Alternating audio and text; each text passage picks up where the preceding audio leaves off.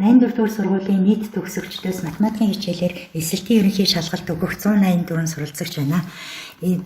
Математик хичээлээр бэлтгэх зорилгоор 12 дугаар ангийн анги удирдсан багш нартай хамтран эдгээр сурагчдын Gmail хаяг авч нийт математикийн сонгон ордог 6 багш нараар Google Classroom ашиглан бүлэг үүсгэсэн байгаа. За жишээ нь 84 дугаар сургуулийн 12-ийн Ё ангид орё. 12-ийн Ё ангид 35 суралцагч бүлэг үүсгэхэд хамрагдсан байна.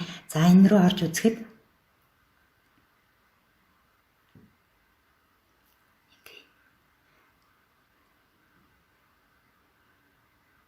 жишээ болгож 2 дахь сорилыг авч үзье. 2 дахь сорил дээр бид математикийн 2019 оны D хөлбөрийг авч үзсэн байна. За энэ D хөлбөрийг бид Google Drive-аар ашиглаж сэдвээ бэлдснийхаа дараагаар хүүхдүүдийнхаа Gmail руу бол явуулдаг байна. За Gmail руу явуулаад 100 минутын дараа хүүхдүүд мань хариултаа өгдөг. За жишээ нь бол бид 2 дугаар сорилд бол 142 хүүхд бол энэ хариултын хуудсанд бол хамрагдсан байна. За эндээс бол бид юу гэж онолж болох вэ гэхээр хүүхдүүдийн дундаж оноо бол 55.7 байна гэсэн үг. За мөн хүүхдүүдийн байн алддаг болон багш нарын анхаарал юун дээр алдж гин юуг нь эргэж анализ хийж үзэх үү гэдэгтэй адилхан байн алддаг асуултууд бол гарч ирдэг байгаа. Энэ нь бол хүүхд сурагч хоёр дээр бол хоёулын дээр нь зэрэг гарч ирдэг учраас энэ бол их давуу талтай байдаг.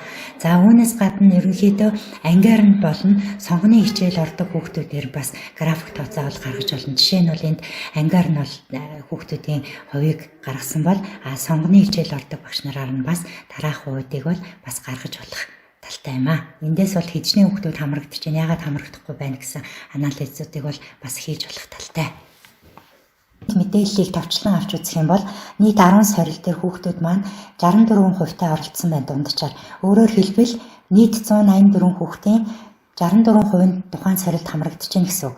За тэгэхээр бид нар ерөнхийдөө хүүхдүүдийнхээ сорилуудыг анги болгоноор жишээ болгож гаргасан байгаа. Жишээ нь 12-ийн 10 сорилд хэдэн хүүхд нийт хамрагдсан бэ гэх жишээтэй.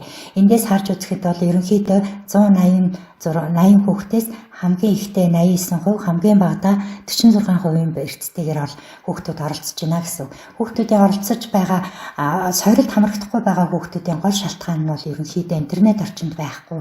Зарим нь бол хүүхдүүдийн хинэггүй байдлаас шалтгаалж бол энэ хүүхдүүд оролцохгүй байсан байна. За сайн байцгаана хүүхдүүдээ. Өнөөдрийнхөө лайв хичээлийг эхлэе. Өнөөдрийн лайв хичээл маань өнгөрсөн 4 дахь өдөр авсан сорил 10 дугаар бодлогын бодлогуудтай танилцах юм байна. За хүүхдүүдийн ихэвчлэн алдсан бодлогууд нь бол нөхөх хэсгийн бодлогууд байсан учраас багш нь нөхөх хэсгийн бодлогуудаас тайлбар өгье гэж бодож байна. За ингээ бүгдээрээ анхаарлаа хандуулаарай. За 2-ын 4-р бодлого радиустай тойрогт багтсан АВЦ гурвалжны А оройгоос өнцгийг А орой дахь өнцгийг альфа гэх юм бол ВЦ тал нь 8, косинус альфа нь 3-1 байх юм бол олох гэж байгаа зүйл нь синусыг олох юм байна. Мөн гурвалжны багтаасан тойргийн радиусыг олох юм байна. Мөн гурвалжны багтаасан тойргийн талбай олох бодлого байлаа. За энэ бол хавтгаан геометрийн бодлого байна. За энэ бодлогын бодлолтыг бүгдээрээ сонирхож үзье. За зам тоог олно гэсэн. За синус альфаг олохын тулд бүгдээрээ өгөгдсөн зүйлээ эргээд харъя. Биднэрт косинус альфа өгөгдсөн. Тэгвэл синус косинус хоёрын хооронд синус нь өгөгдсөн байхад косинусыг яаж олох вэ? Косинус нь өгөгдсөн үед синусыг яаж олох вэ гэсэн бодлого толгойд орж ирж байна. Тэгэхээр биднэрт тригонометрийн үндсэн айдтгал ёсоор синус косинус хоёрын квадратуудын нийлбэр нэгтэй тэнцүү гэдгээс бид нар косинус нь өгөгдсөн үед синусыг олохыг авч үзэж байна.